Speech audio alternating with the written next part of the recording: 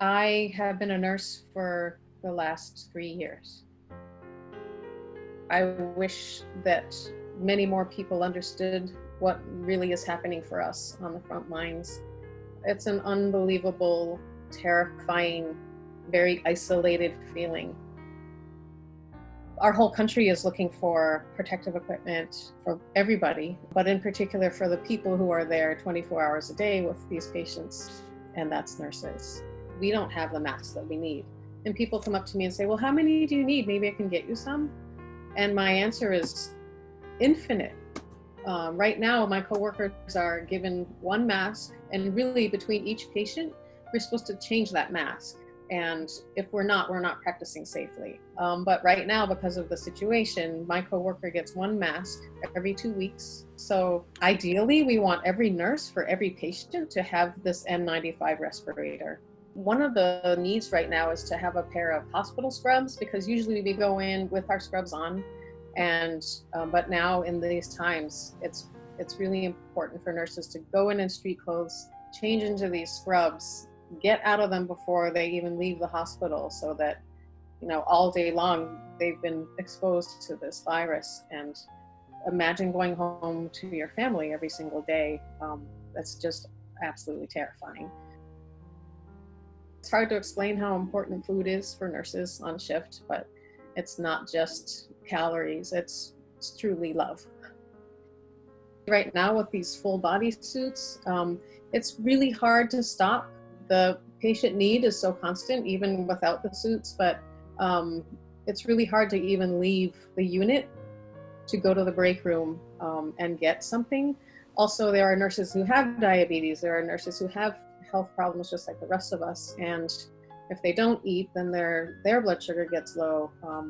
But also they're so exhausted after these shifts too, that who has time to think about what to make and to bring with you? A lot of times, especially on a 12-hour shift, you just hit the bed and the next morning you jump back to work. So food is super critical for people, and it's a way for us to enjoy each other and give each other strength. Whenever we were able to have donuts or any kind of food that day, it was often the difference between being able to be your best or, just kind of running on fumes. What I think is so beautiful about providing food for nurses right now is we're also supporting the economy, and we're supporting restaurants, and it's like everybody wins.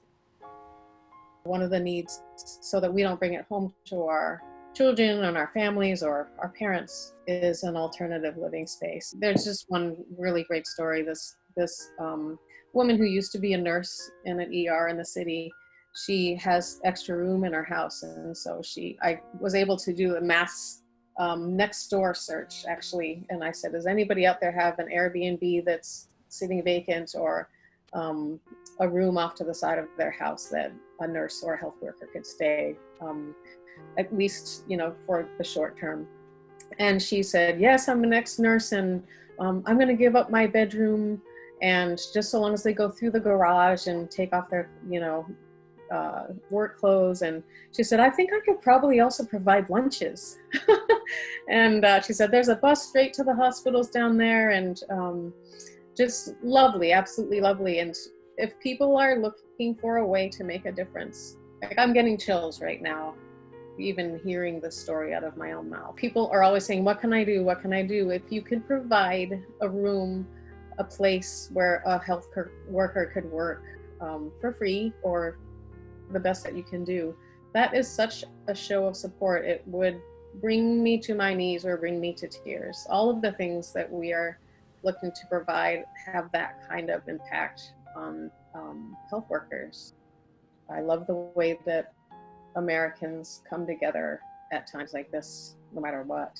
We are going to keep bringing food, we're going to keep bringing support, and we are not leaving.